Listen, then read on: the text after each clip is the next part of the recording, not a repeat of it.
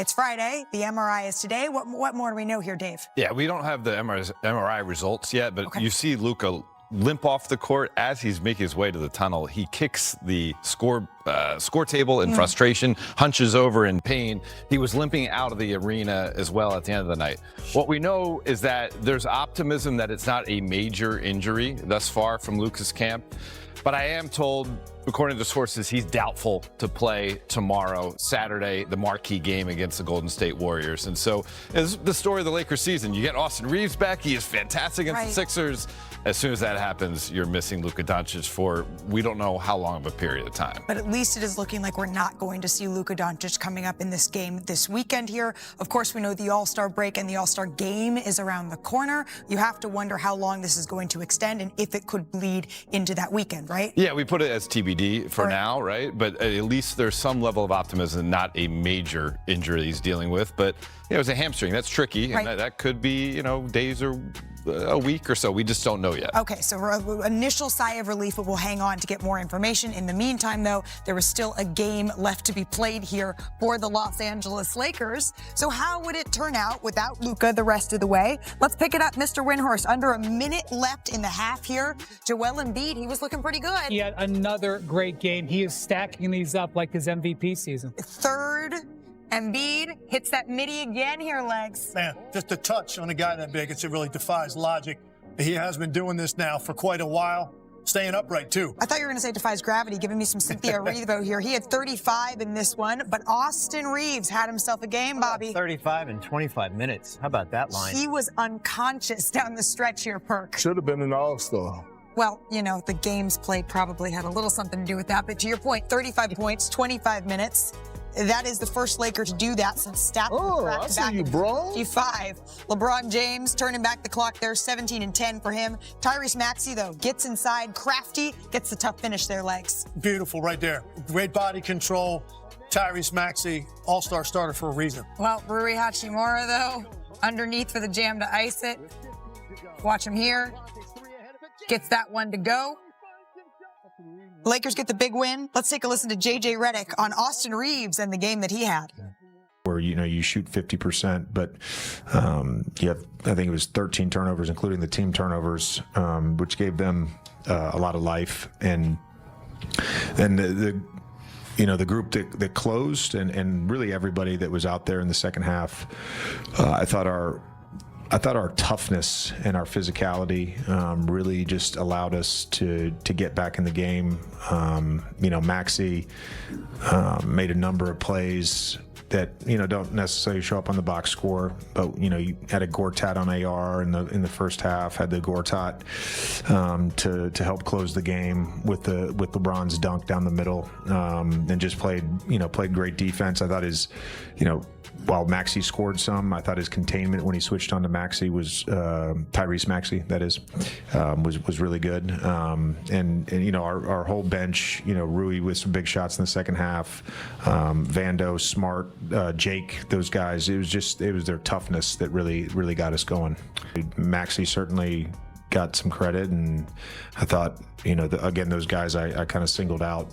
Their toughness really helped us kind of gut out a win to me. They played really good together basketball on both ends, and it's a night where Embiid had it going, and there's not a lot you can do in the middle of the floor. It's just not. And it didn't matter if we kept a primary matchup or if we switched on to him or if we pre-switched. He was really good tonight. And the one thing, I don't know what they ended up with 5. Yeah, it was like, do you make an adjustment? Do you, because we did make adjustments throughout the game, but do you front and back them and make them throw it over the top? Do you fire?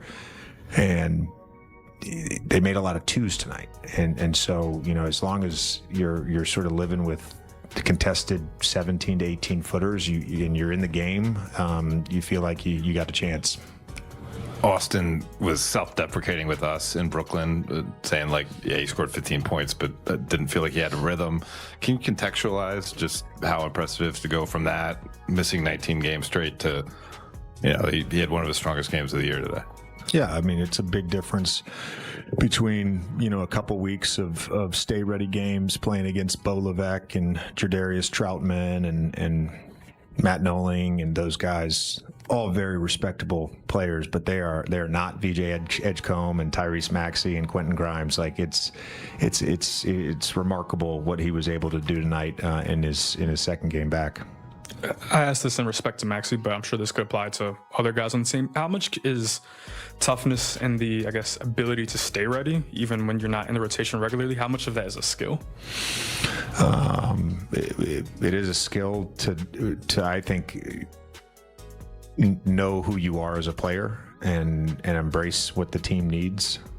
I think that's a skill, to be honest with you. I know that potentially is also a mindset, but it's also a skill. And Maxey, it doesn't matter if he's played and had a big impact and then is a DNP the next game, or even when he was battling through some injuries to start the season, his spirit, his approach, his being a teammate and rooting for other people, it never changes. He's just, for all our guys, he's a easy guy to root for.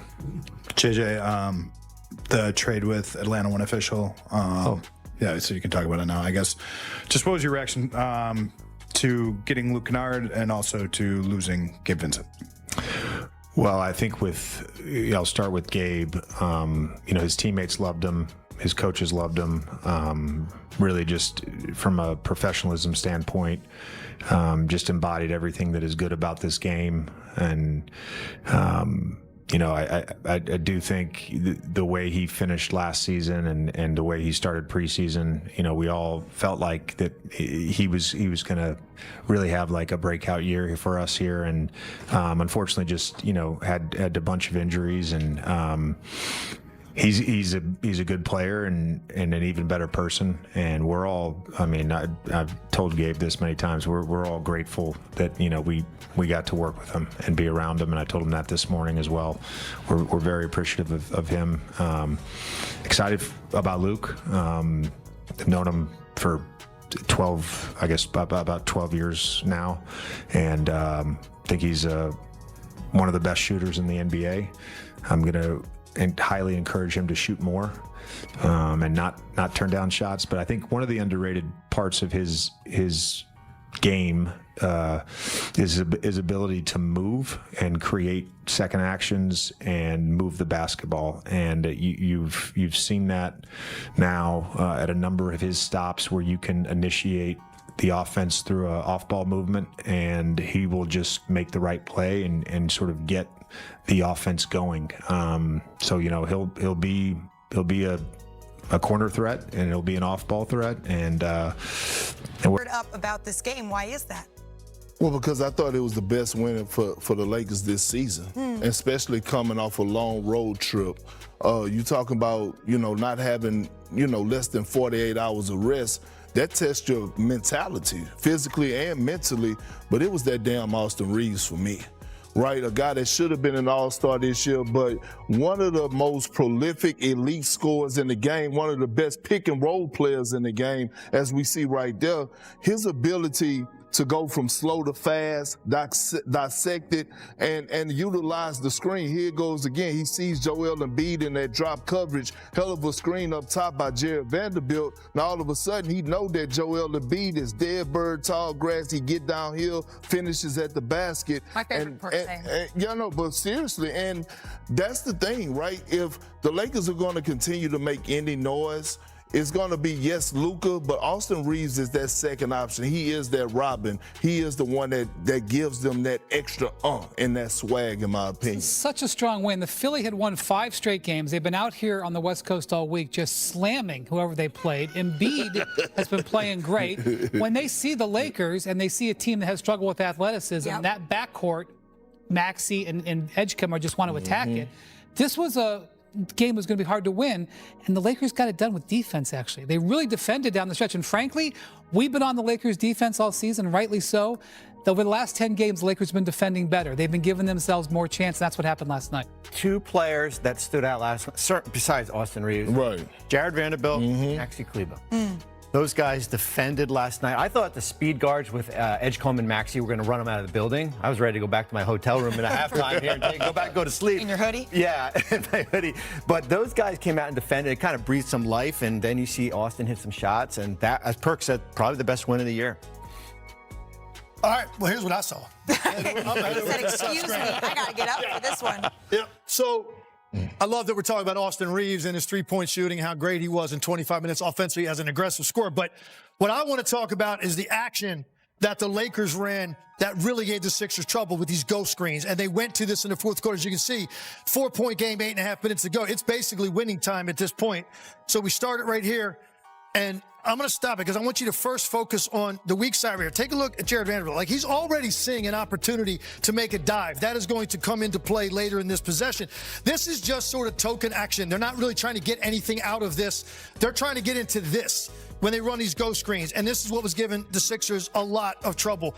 As you can see right here, a ghost screen, basically, you're going to see Marcus Smart come out, fake the screen, and immediately pop out, flare out to the three-point line as LeBron brings it across here. What they're trying to do, and the only thing that they're trying to do, see if they can get two on the ball and then reverse it to Marcus Smart. It's exactly what happens. But watch the next part of this. As Marcus Smart catches the basketball, Edgecombe, great job rotating from the weak side. But here's now what you have to watch. What else is going on the weak side of the floor? You got another shooter right here. And defensively, this is a long closeout. So we're going to try to get a jump start on that right now. It's going to be a very hard closeout to the three-point line. And then right behind that, you're going to see Vanderbilt dive right behind that closeout. And as a result, there's the feed. You got 3 playing 2 on the perimeter. Vanderbilt gets the cut. It all started because of LeBron's ability to command 2 on the basketball. Second play, same exact action, different personnel. This time, as you get deeper into the set, you can see they've expanded the lead a little bit at this point. This is going to be Austin Reaves now running the same ghost screen action. You want to get an empty side. And now here comes Austin Reaves. He's going to come out right here, and he's going to set a ghost screen. No screen, flare out to the three-point line. LeBron's got the ball in this area of the floor. You're now going to get decisions made on the weak side. And it causes confusion as I stop it right here. 2 on the ball. They're not sure if Edgecombe was going to come right here on this closeout. Was he going to come from the weak side? He decides to stay home. As a result, Austin Reaves able to get a wide open look, knock down the three-point shot. I thought Perk talked about, these guys talked about their defense and Austin Reaves. I just thought their execution late and their intent with the ball and how they knew exactly what they wanted to get caused a lot of confusion for the Sixers, and the Lakers were able to close this out by playing great on both ends of the floor in the fourth quarter. And now for the Lakers, it's going to be a matter of how many games can they continue to string together with their big 3, if you will, because once again, now they're facing some time without Luka Doncic, and that has been the story of the Los Angeles Lakers season. Let's move on to a Texas. Afterwards are on the hamstring of Luka Doncic, and those eyes include those of our buddy Brian Windhorst, who's up early with us. Wendy, what do we know about Luka's injury? Yeah, he's going into the MRI. He'll get an evaluation today. Really this comes down to, is this a mild strain of first degree? If that's the case, the All-Star break comes next week. He could be back without missing too many games. If it's a more serious grade 2, now you've got a bigger problem. Luka does have a history of these types of leg injuries. In fact, he's missed 8 games this year with leg injuries. The Lakers are 4-4 in those games. Obviously, when he plays, they're much improved. I will say, Austin Reaves coming back, he literally just came back for the last 2 games, is it's serendipitous because they have this ability to switch to the sort of Austin LeBron-led offense, so they should be able to weather some storm. But obviously, if he's out long-term, I will point out the Lakers just 1 game clear of the play-in zone. One big positive, they are at the beginning of an 8-game homestand. They don't even play on the road for the next 3 weeks. So they do are in a home portion of their schedule, should help them weather this a little bit. We just never get a chance to see LeBron and Luka and Reaves together. They've only been on the floor together at any points for 10 different games this season, and last night it was only for a little while. Okay, Wendy, the trade deadline comes and goes. Giannis remains in Milwaukee. Joining the program, David, good morning to you. If Luka is forced to miss time because of that hamstring, what does it mean for the Lakers, who right now 5th in the West and they've won 7 of 10 games? Yeah, they are 5th in the West, but they are just 1 game out of the play-in, and this Lakers team is going to have to continue to fight for their lives to stay out of that play-in, and that means that we're going to have to get the Austin Reaves that we got last night. The fewest minutes it took to score 35 points in Lakers history. He's going to have to remind everybody that he was an all-star type of player when he went out with that injury a few weeks ago, and that he was, an all-NBA, most improved type player as well. There's good news here, even though Luka may be out for a little bit, with Austin Reaves and LeBron on the court and Luka out. They have a 123 points per possession. So their offense is humming. They're going to have to rely on that offense because we all know that defense is just not good. So with this Lakers team is going to need more of those clutch wins. And, an understanding that injuries are part of what they were always going to have this season, but they need to stay out of that play-in. I want to get to the Bucks here because the trade deadline, David, is come and gone. Giannis. What happens when a franchise that's been mocked for years for making splashy moves that look great on paper but fall apart in execution suddenly starts operating with the kind of calculated restraint that championship organizations employ when they're actually serious about sustained success? How is it possible that the Los Angeles Lakers, a team that once traded away their entire future for Russell Westbrook and watched it blow up spectacularly, have somehow managed to execute what might be one of the most sophisticated trade deadline strategies in recent memory while barely making a sound? And why are we suddenly talking about Rob Pelinka as some kind of chess master when all he did was trade away a perpetually injured backup point guard for a sharpshooter that most casual fans probably couldn't identify in a lineup? Then sit back and watch as the buyout market delivered exactly the kind of talent that teams usually have to sacrifice significant assets to acquire. The answer lies in understanding the fundamental difference between making moves for the sake of making moves and making strategic decisions that position your organization for both immediate improvement and long-term championship contention. What we're witnessing here isn't the Lakers falling asleep at the wheel during what many considered a crucial trade deadline. It's a front office that has finally learned the difference between reacting to external pressure and operating with the kind of methodical patience that separates organizations that win championships from those that merely generate headlines. This is the Lakers playing chess while everyone else is playing checkers. And the beautiful irony is that their so-called quiet deadline might end up being more impactful than some of the flashy moves we've seen from other franchises that mortgaged significant pieces of their future for marginal improvements. Consider this: while other teams were throwing around first-round picks and young talent like confetti at a championship parade, the Lakers managed to address their most glaring weakness, create additional salary cap flexibility, maintain their draft capital, and position themselves to be major players in what's shaping up to be one of the most talent-rich buyout markets in recent memory. They did all of this while keeping their powder completely dry for a summer that could feature the availability of generational talent like Giannis. If that doesn't qualify as front office brilliance, then we need to seriously reconsider how we evaluate executive performance in professional sports. The Luka Kennard acquisition perfectly encapsulates everything that makes this Lakers approach so sophisticated and frankly refreshing compared to their recent history of swinging for the fences and striking out spectacularly.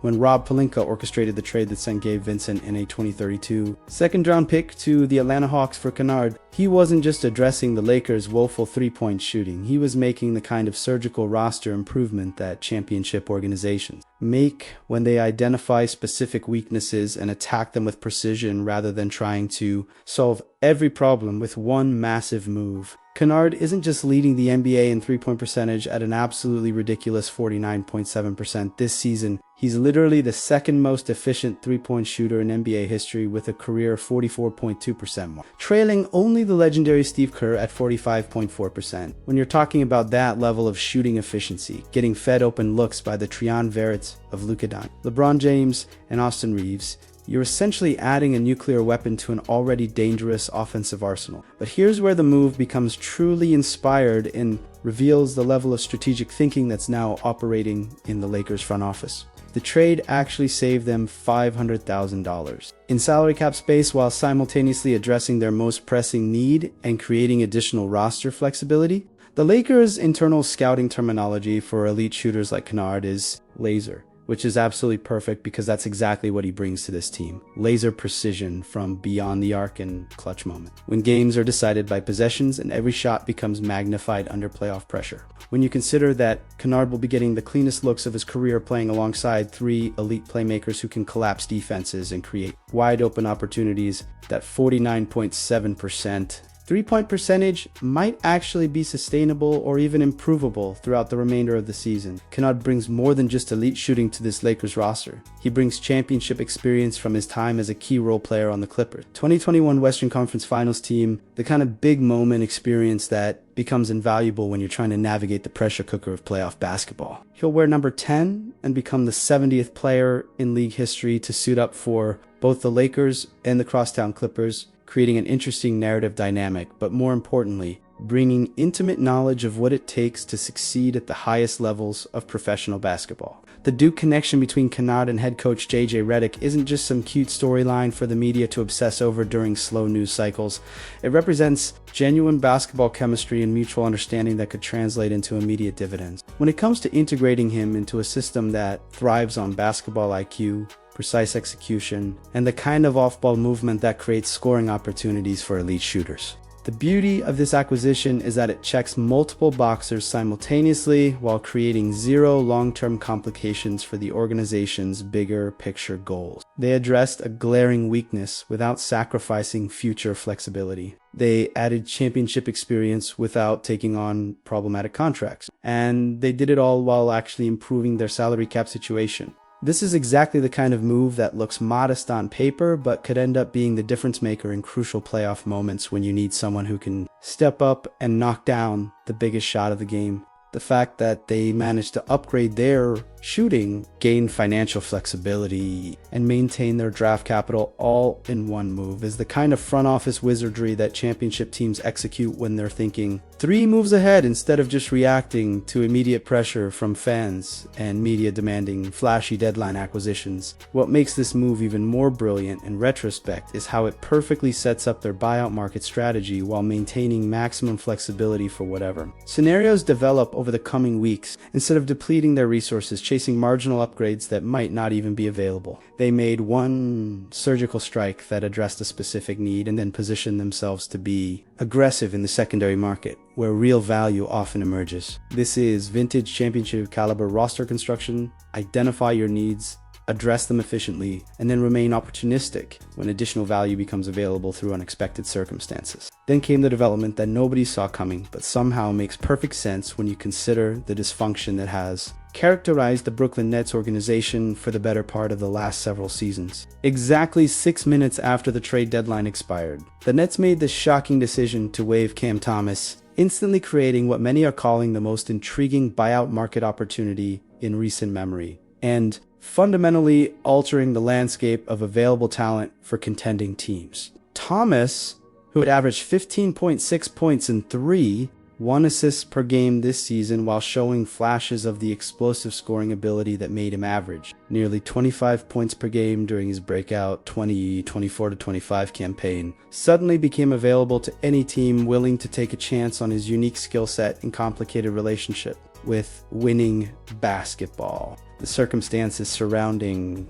Thomas's release reveal everything you need to know about why this situation developed and why it represents such a fascinating opportunity for the right organization. Thomas had signed his qualifying offer during the summer, essentially betting on himself to have a career year that would position him for a significant payday in free agency. But a combination of injury problems, efficiency issues, and what appeared to be growing frustration with his role in Brooklyn created a situation where both sides felt a fresh start was necessary. The relationship between Thomas and the Nets had clearly deteriorated to the point where continuing to try to make it work would have been counterproductive for everyone involved, with reports indicating that Thomas had turned down multiple contract offers from Brooklyn and was actively seeking a trade to a more competitive situation where his talents could be properly utilized. What makes Thomas such an intriguing target for the Lakers specifically is his ability to create his own shot at a high volume, something that could be absolutely invaluable for a team that sometimes struggles to generate consistent offense when their stars are resting, or when the pace of the game slows down in those crucial playoff moments where possessions become precious and every scoring opportunity must be maximized. Thomas averaged an impressive 0 points per game during his breakout 2024-25 season, demonstrating the kind of offensive ceiling that most teams would love to have coming off their bench. But his efficiency dipped this season as he shot just 39.9% from the field while dealing with a hamstring injury that cost him 20 games and clearly affected his rhythm and confidence throughout the year. Why? Thomas certainly comes with some legitimate concerns about defensive consistency and shot selection that any potential suitor would need to address. The upside of adding a 24-year-old scorer who can function effectively without needing a structured offensive system built around him represents exactly the kind of high-reward move that could make the difference in a competitive Western Conference playoff race where depth and scoring punch off the bench often determines which teams advance and which ones go home early. The fact that Thomas immediately pitched himself to other teams after being waived, telling reporters he's super excited and ready to actually help and contribute to another team, suggests he's approached this setback with the right mindset and maturity level, understanding that this fresh start could be exactly what he needs to reach his considerable potential. The timing of Thomas's availability couldn't be more perfect for the Lakers, who are currently sitting dead last in the NBA in bench scoring with a pathetic 28.0 points per game from their second unit, a statistic that has consistently hurt them throughout the season and represents one of the most glaring weaknesses that could torpedo their playoff aspirations if not addressed. The Houston Rockets are the only other team whose bench units don't average more than 30 points per game, which puts the Lakers in some truly terrible company when it comes to depth scoring and highlights just how desperately they need someone who can come off the bench and provide reliable offensive production when the starters need a breather. The fact that Thomas would cost nothing more than a roster spot and wouldn't require the Lakers to give up any additional assets makes this an almost no-brainer consideration, especially when you factor in the kind of open looks he might get playing alongside elite playmakers like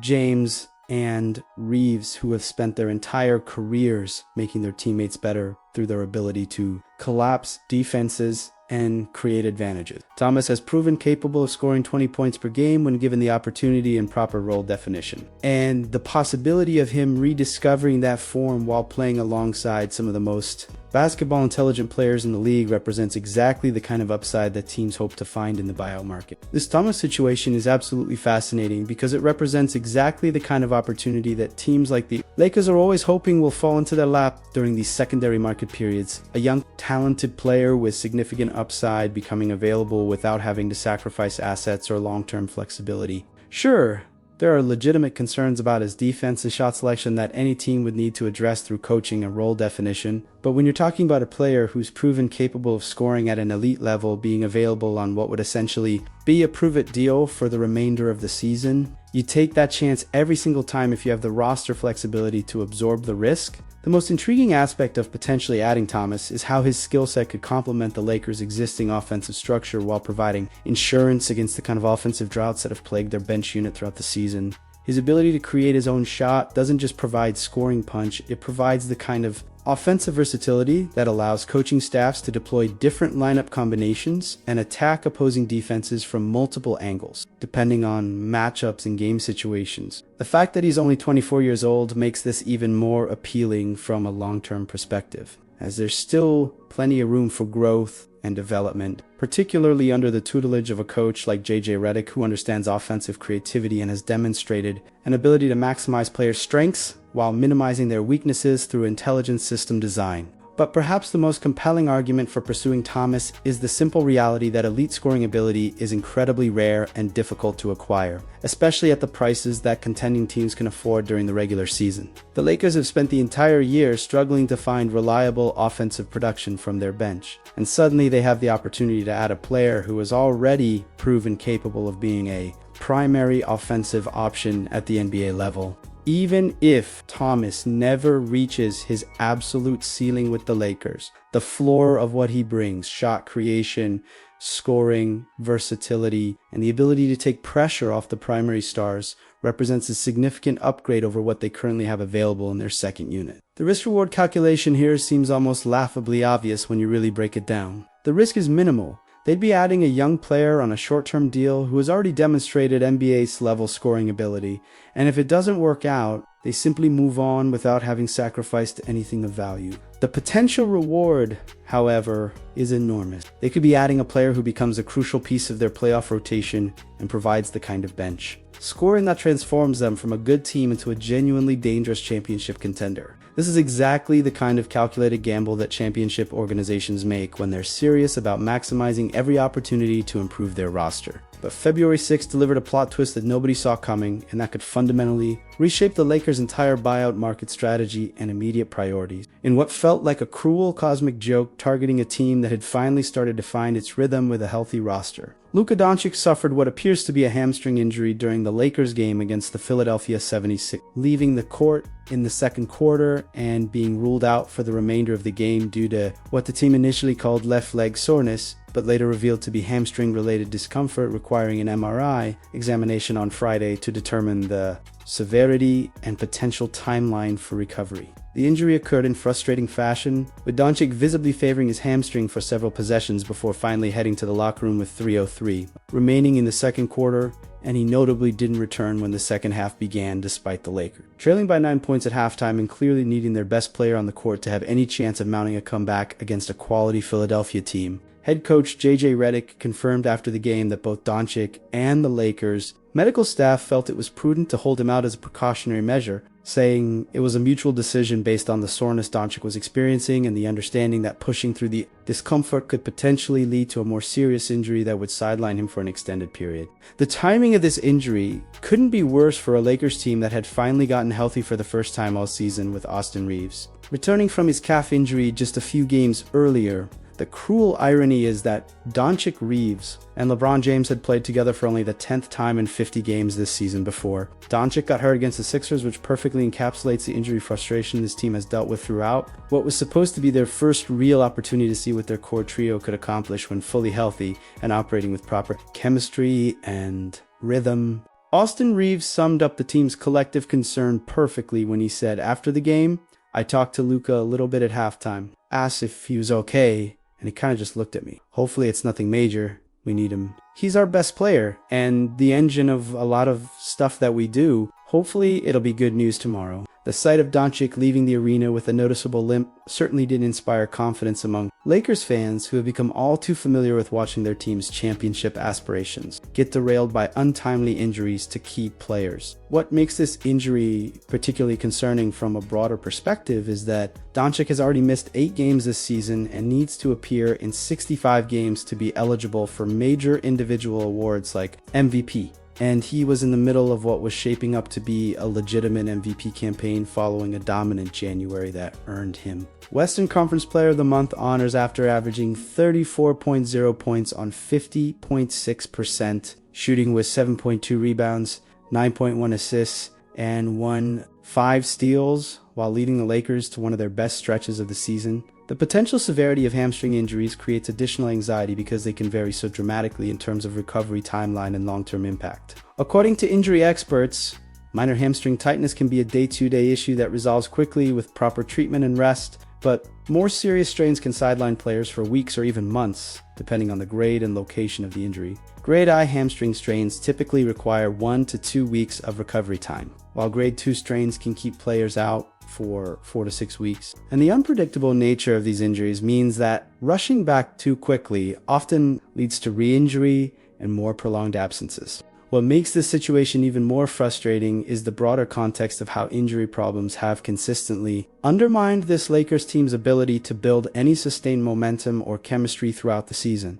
LeBron James missed the first 14 games of the season with Seattle. Austin Reaves was sidelined for over a month with his calf injury, and now Doncic could potentially be facing significant time on the sidelines just as the team was finally starting to find its identity and rhythm with everyone healthy. The Lakers are currently sitting at 30-19, despite not knowing what they could look like at full strength for any prolonged period, which is simultaneously encouraging in terms of their resilience and deeply frustrating in terms of their unrealized potential. This injury situation adds a fascinating and complex wrinkle to the Lakers' buyout market considerations because it could fundamentally alter their priorities and accelerate their need for players who can handle primary ball handling and playmaking responsibilities during Doncic's potential absence. If the MRI reveals a significant hamstring strain that could sideline him for multiple weeks, suddenly guards like Lonzo Ball or even Chris Paul become much more appealing options despite their obvious limitations, simply because the Lakers would need someone who can step in and run the offense while their primary creator recovers. It's exactly the kind of unpredictable development that can completely change a team's strategic calculus and force front offices to adjust their plans on the fly, which is precisely why maintaining roster flexibility and keeping multiple options available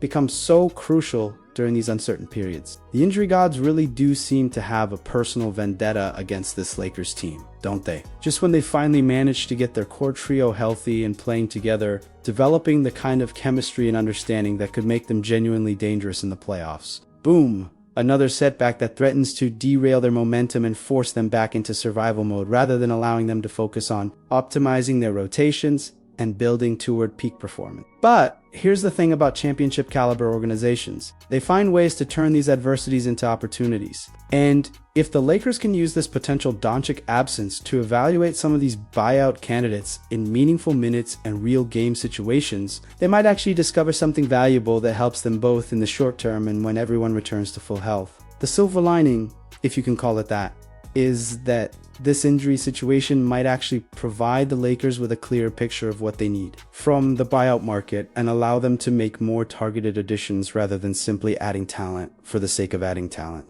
If Doncic does end up missing significant time, it becomes much easier to justify prioritizing playmakers and ball handlers who can keep the offense functional in his absence. And it gives players like Thomas, Ball, or Paul immediate opportunities to prove their value in highly leveraged situations rather than having to wait for garbage time or spot minutes to showcase their abilities. Meanwhile, the buyout market has been developing exactly as expected, with several key players officially becoming available and creating a fascinating array of options for teams like the Lakers, who maintain their flexibility specifically to take advantage of these secondary market opportunities. The Utah Jazz officially placed both Lonzo Ball and Chris Boucher on waivers, making them eligible to sign with any team except Cleveland once they clear waivers in a couple of days, while Chris Paul remains in bureaucratic limbo with the Toronto Raptors, who traded for him but are not requiring him to report to the team, essentially setting up what appears to be an inevitable buyout situation where he becomes available to chase one final championship opportunity before calling it a career. Ball's availability is particularly intriguing given his complicated history with the Lakers organization and the potential narrative appeal of a homecoming. Even though his numbers this season have been genuinely concerning, with averages of just 4.6 points while shooting a career-worst 30% from the field and an even more alarming 27.2% from three-point range. The decline in his shooting has been so dramatic that opposing defenses have basically stopped guarding him on the perimeter, which creates obvious spacing problems for any team that might consider adding him to their rotation. However, Ball still brings legitimate value as a facilitator, transition playmaker, and perimeter defender who understands how to play winning basketball even when his shot isn't falling. And for a team dealing with potential point guard depth issues due to injury, his basketball IQ and veteran savvy could provide stability during difficult stretches. Chris Boucher represents a different kind of opportunity as a big man who can stretch the floor and provide energy off the bench. While Chris Paul's situation remains the most intriguing wildcard in this entire buyout market discussion, Paul was essentially exiled by the Clippers organization after what was described as clashes with management, coaches, and players over his vocal leadership style and accountability demands. But his championship experience and basketball intelligence remain undeniable assets for any team serious about making a playoff run. The question with Paul isn't really about his ability to contribute. It's about whether he still has the motivation to play at a high level and whether any potential chemistry benefits would outweigh the drama and complications that seem to follow him wherever he goes at this stage of his career. The Lakers currently find themselves in an almost ideal position to be aggressive in this buyout market, with one open roster spot available and sitting $1, $4 million below the first apron hard cap, giving them the financial flexibility to make at least one significant addition without creating any salary complications or luxury tax implications. They've historically kept a roster spot open specifically for this kind of buyout market scenario, understanding that some of the most valuable additions often come from players who become available after the trade deadline rather than through traditional trade negotiations. What makes the current buyout landscape so fascinating and potentially beneficial for the Lakers is the variety of options available, each addressing different potential needs, and allowing them to tailor their approach based on how the Doncic injury situation develops and what they determine their most pressing priorities to be moving forward. If they decide they want immediate scoring punch and offensive creation off the bench, Cam Thomas clearly represents the most talented and high upside option available in the market. If they determine that they need veteran leadership, championship experience, and insurance at the point guard position, Chris Paul brings decades of playoff experience and basketball intelligence that could prove invaluable in high-pressure situations. If they're looking for defensive versatility, ball security, and the kind of connective tissue player who makes everyone around him better through his understanding of team basketball, Lonzo Ball represents exactly that type of impact, even if his offensive numbers don't jump off the page. The most appealing aspect of this entire situation is that the Lakers can potentially add one or even two of these players without compromising any of their summer flexibility or long-term championship aspirations. They've positioned themselves perfectly to take advantage of whatever opportunities emerge over the next few weeks. And they have the roster construction flexibility to experiment with different combinations and approaches based on what they learn about their needs during this period of uncertainty around Doncic's health status. This buyout market feels like it's setting up absolutely perfectly for the Lakers to add meaningful depth and address specific weaknesses without sacrificing any of their strategic positioning for the bigger picture goals that really matter for this organization. They've been patient when others were panicking, they've been strategic when others were reactive, and now they have multiple pathways to improvement just as other teams are locked into their current rosters and unable to make any further adjustments. Whether they ultimately decide to pursue the high upside scorer in Thomas, the veteran stabilizer in Paul, the defensive-minded facilitator in Ball, or some combination of available options. Any of these additions would represent significant upgrades over their current bench production and give them more viable options heading into what promises to be an incredibly competitive playoff race in the Western Conference. The broader strategic picture here reveals a Lakers organization that has finally learned how to operate with the kind of long-term vision, calculated patience that championship organizations employ when they're serious about sustained success rather than just generating headlines and appeasing impatient fan bases. The Kennard trade addresses a specific and crucial need while actually improving their financial flexibility rather than constraining it. The potential buyout additions give them multiple paths to upgrade their roster depth without compromising their summer pursuit of different talent like Giannis Antetokounmpo, and even the injury situation, while obviously concerning and frustrating in the immediate term, might actually provide valuable evaluation opportunities that help them make better long-term roster construction decisions when they have more complete information about what works and what doesn't work with their core players. This is exactly the kind of multi-layered, sophisticated roster construction approach that championship organizations employ when they're thinking beyond the immediate season and positioning themselves for sustained excellence rather than just trying to maximize their chances in any single year. Rob Pelinka deserves significant credit for learning from past mistakes and operating with this level of strategic sophistication, understanding that sometimes the most important moves are the ones you don't make, and that maintaining flexibility can be just as valuable as making splashy acquisitions that look good in press conferences but don't actually move the needle toward championship contention. The fact that they've managed to address their most glaring weakness, position themselves to be major players in the buyout market, maintain complete financial flexibility for the summer, preserve their draft capital for future opportunities, and do it all while remaining genuinely competitive in the playoff race, despite constant injury setbacks, represents exactly the kind of front office excellence that fans of this organization should demand after years of watching previous regimes make short-sighted decisions that mortgage the future for minimal present-day improvements. This feels like the Lakers are finally operating with the kind of championship organizational culture and strategic thinking that their history and expectations deserve. And the beautiful irony is that their restraint and patience might end up being more impactful than the flashier moves that get more attention, but don't actually create sustainable advantages.